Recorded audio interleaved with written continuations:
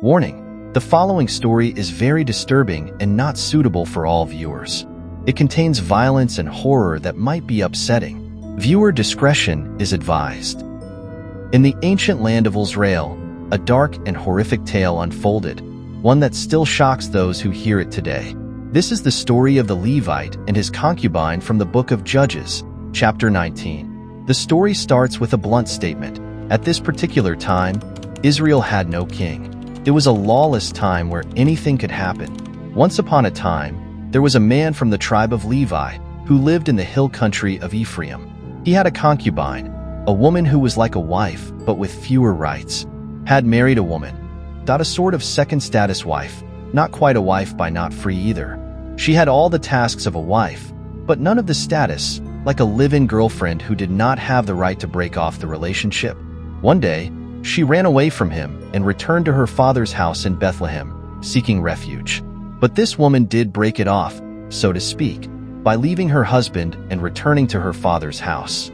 The reason for her departure is not given. She was angry with her husband and simply upped stakes and left. This, you might think, would make her a free woman. It did not. According to the laws of the time, she was now an adulteress.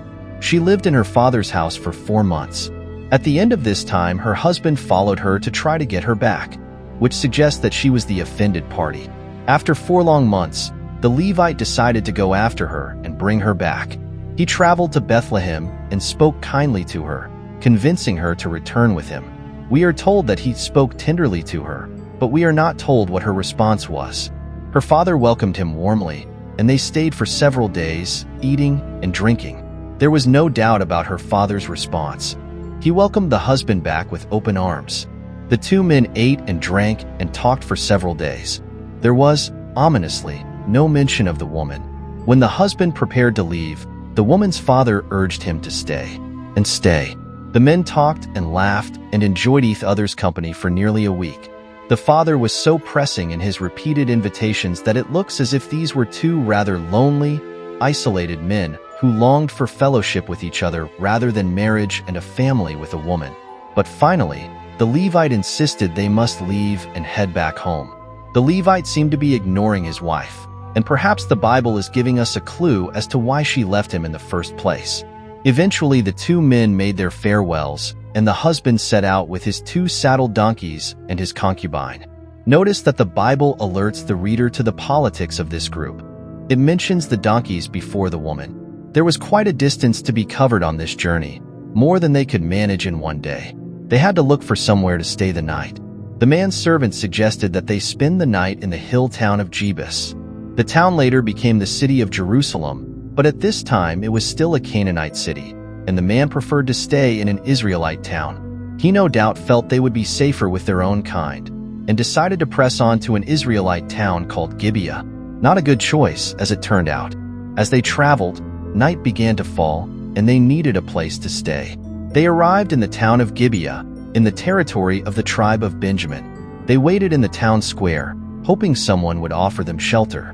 Under the laws of hospitality, a citizen of the city had to offer them shelter and food for the night. Finally, an old man passed through the square, on his way home after a day's work. He saw their plight, and knew what he should do. As it turned out, he was from the same place, the hill country of Ephraim, as the husband, offering them food and a place to rest. The weary travelers went with him to his house. They fed the animals, then settled down to eat, drink, and talk. Before long, however, they were interrupted.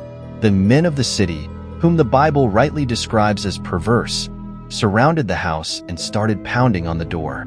They demanded that the old man surrender the woman's husband, so that they could have sex with him. Such a thing, of course, was completely incompatible with the ancient laws of hospitality, and the story has striking similarities with what happened at Sodom in Genesis 19. The old man, horrified by their demands, opened the door and confronted them. He had little alternative, since the violent crowd outside his house would easily break down the door. He begged them not to touch his guest, since the laws of hospitality overruled everything else. He begged them not to commit such a vile act. Instead, he offered his own young daughter and the Levite's concubine to the mob, saying, "Do what you want with them, but don't do this wicked thing to my guest."